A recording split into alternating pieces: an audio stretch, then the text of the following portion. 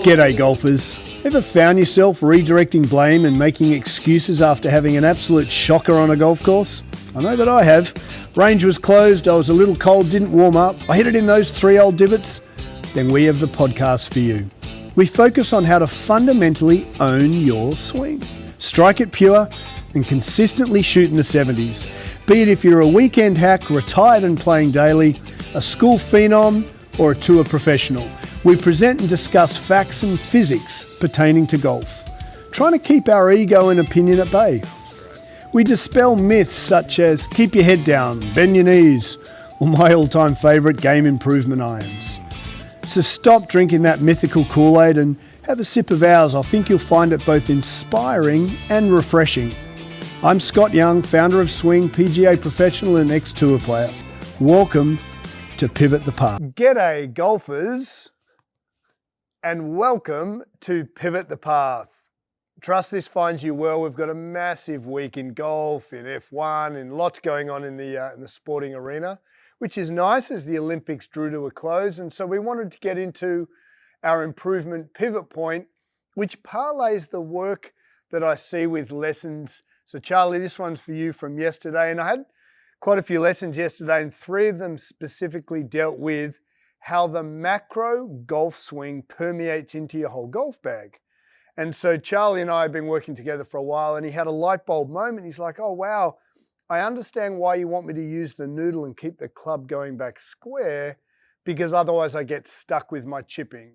So again, the improvement pivot point is how one must not just look at their golf swing, but how your golf swing permeates into your chipping, your pitching, and certainly your putting. So we'll get more of that later.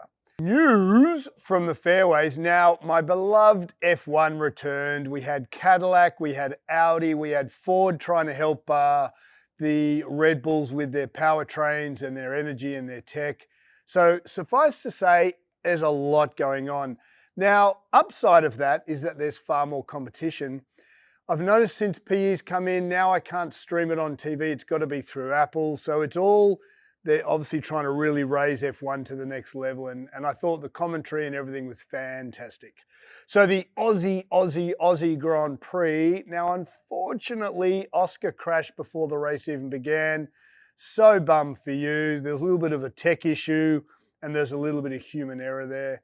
And with F1 specifically, they've got a whole new way. They've got rid of DRS and they're into using the power pack as an energy boost. So just Google how it works. Obviously, the battery and the energy is a brand new stipulation for F1, and it's going to be really cool going forward. So Mercedes, they seem to get their powertrain and power pack functioning a little better. The driver basically can boost coming into a straight like the old DRS, and then recharges the battery under brakes. It's very interesting. So if you're an F1 nut, Google it, but well done, Mercedes 1 and 2, and especially young Antonelli, who's the second driver for Mercedes, for you to come back after last year and for Toto to back you and not panic.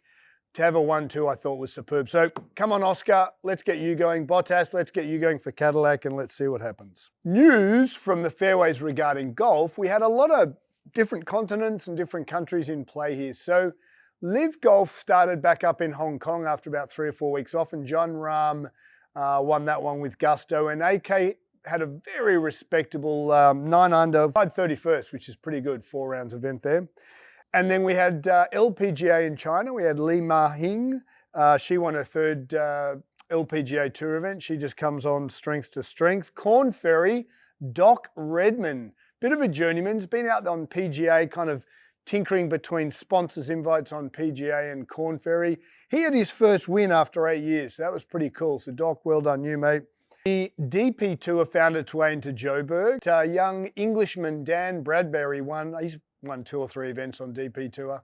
So he had a nice win. So mate, well done you. Solid golf. And that brings us to the creme de la creme of the PGA Tour. And it was a great event. It's the Arnold Palmer event. Never met Mr. Palmer, but would love to. And also I noticed when anyone is interviewed, they all refer to Mr. Palmer as Mr. Palmer, which I just find so fantastic. Just the respect that the man deserves. Obviously he and Jack, but specifically Mr. Palmer, really elevated professional golf to the Golf Channel, started the Golf Channel, and really elevated professional golf to what it is today. And so the Arnold Palmer was on. It's a pretty solid golf course.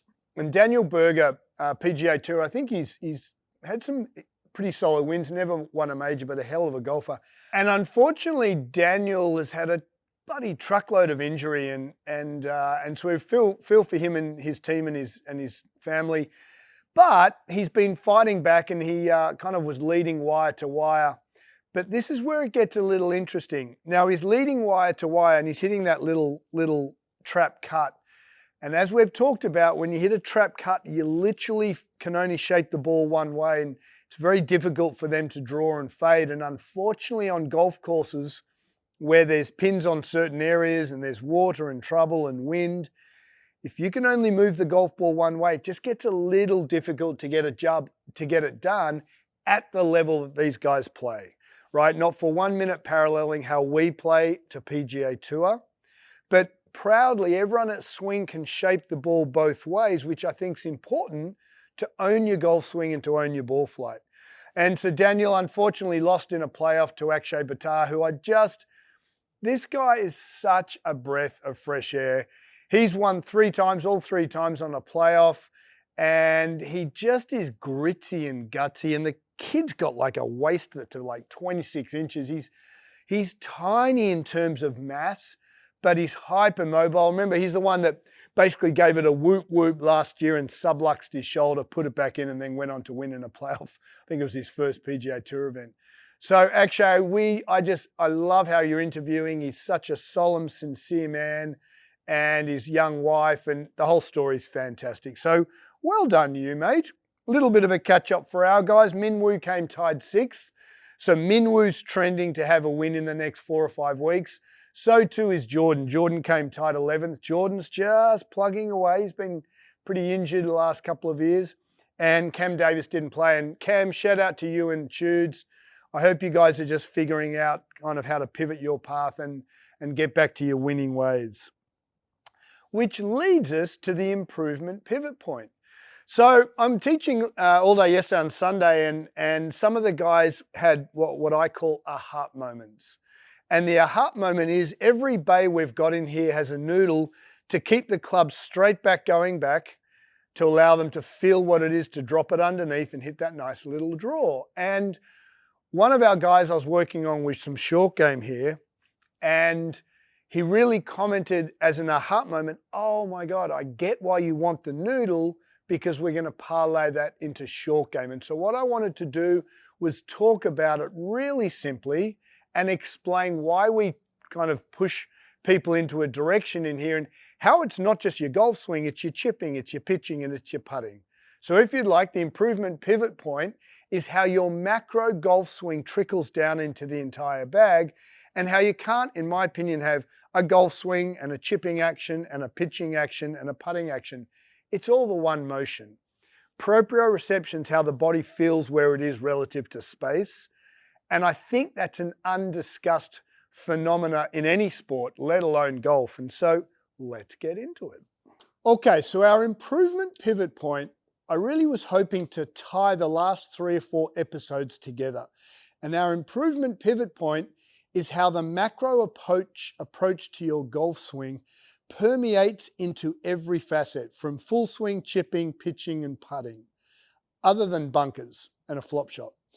Because what I'm noticing with our community is that we get people to take the club back pretty square on the way back for numerous reasons, which is what I wanted to talk about today.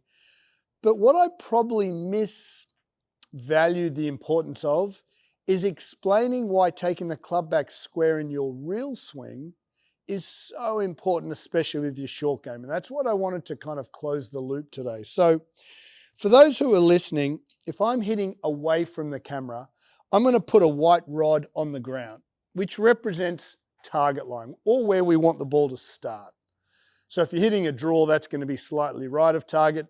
Hitting a little fade for a right-hander, that's slightly left. So what we talked about in recent weeks was be careful of trusting the tech to give you the direction without objectively looking at how you're getting back to impact. So as an example, if I put a perpendicular line between my feet, I'm hitting away from the camera right now, and that represents 90 degrees to the target line. Okay, so I'm standing parallel to the target line or the start line. Now, if I take the club back parallel to the target line, I'm going to play some really lovely golf. But if I take the club on my full swing inside and open, so for those who are watching, it's going to be a little easier on this one, but for those who are listening, I'll explain it. So if I stand on my address position and I put a white rod representing whipping the club inside and open about 45 degrees, I can spin my torso, as we talked about last episode, I can spin my torso, in layman's terms, come over the top, outside in, but because my downswing motion is less of an angle relative to zero than my backswing, the data says you're coming from the inside. And that sounds really technical, and I'd like to simplify that in a chipping motion. So I'm going to spin around here. I'm actually going to hit a couple of swings and chips to target. What I'd love you golfers to do is just do this chipping exercise. It's super simple. I'm going to grab a driveway marker and I'm going to put it, in this case, perfectly parallel to the camera. And I'm going to take a step back and I'm going to put one perfectly parallel to the camera behind the golf ball. So I've got a driveway marker which represents, for my chipping action, the target line and start line. I'm going to put a golf ball on the white rods here. Now I've got the camera, the first driveway marker for those who are listening, the golf ball and the second driveway marker. And what I thought I'd do is grab a little bit of tape so you can see my club face here. And you'll see how much my club face disappears when you whip the club inside and open. And for people who come into swing in my orbit, that would be 90% of golfers. Velcro on, switch on. So hopefully you can see that bit of tape pretty clearly on the camera. I'm going to put my arrow on here just so you can show. So I'm going to stand playing a little chip shot. So I'm going to have my club face to the camera. My body is parallel left.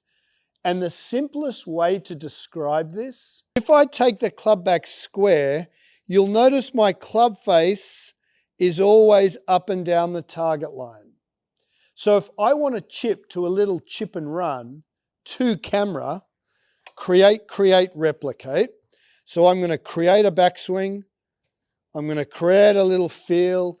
I am coming underneath. I am using my hips very gently. I am coming from the inside. So this is a belt buckle ever so slightly leading my chest. Straight back, straight through, little chip and run. Create, one look at target, replicate. And that's literally gone straight up and down the target line. Now, what I was hoping to do today was explain why that backswing is so important. And the easiest way to do it is using a visual.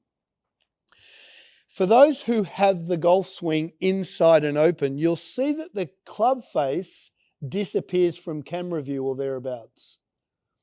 So if I lead with my hips, so if I take the club back inside and open like most people do in a golf swing, not only, shown by the arrow, is my club face never facing the target line, but if I was to use my hips, the ball would move way out to the right. And so it's very difficult if you take the club back with your full swing inside and open. It is very difficult to chip a ball on the target line because now you've got to have a full golf swing. Now you've got to have a different chipping action. Now you've got to have a different pitching action. And at swing, I firmly believe and have proven you just have one golf swing. There's different feels for different clubs, absolutely. Because a sand iron's 35.5 inches long, it's going to feel different to a driver that's 44, right? So they're going to be different feels, but it's the same physics.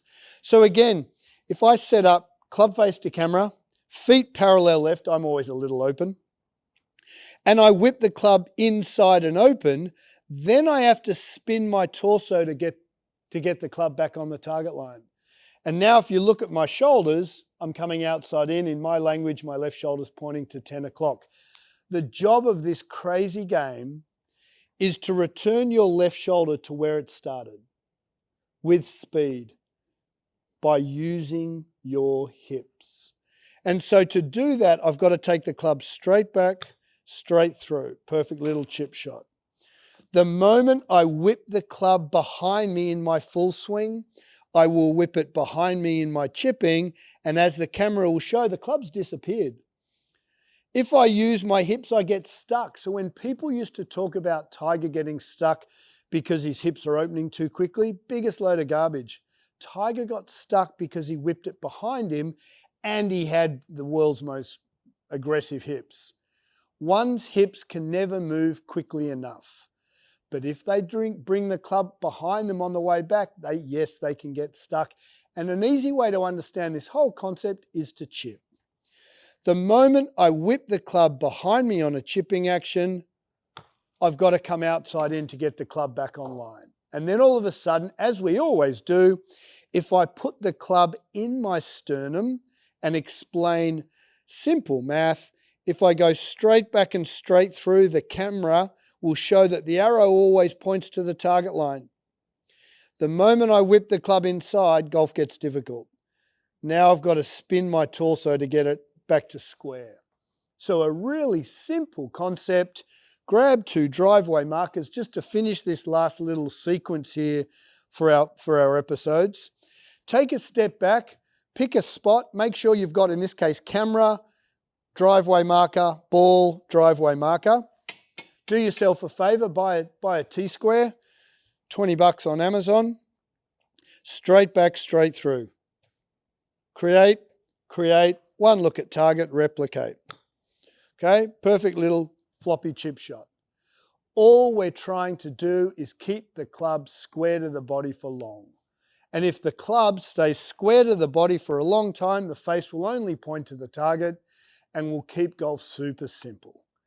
Beauty golfers, look, thanks for listening. And remember, you can absolutely own your swing with the work you put into your game off the golf course. G'day golfers hats are available now. We love them. Our whole ethos here is to own your swing. Just watch when you're looking at your data, or if you're looking at your video, that you've got some measurements that you understand. In this case, we've tied in the whole improvement pivot point. Make sure you keep the club in front of you or relatively square to your chest.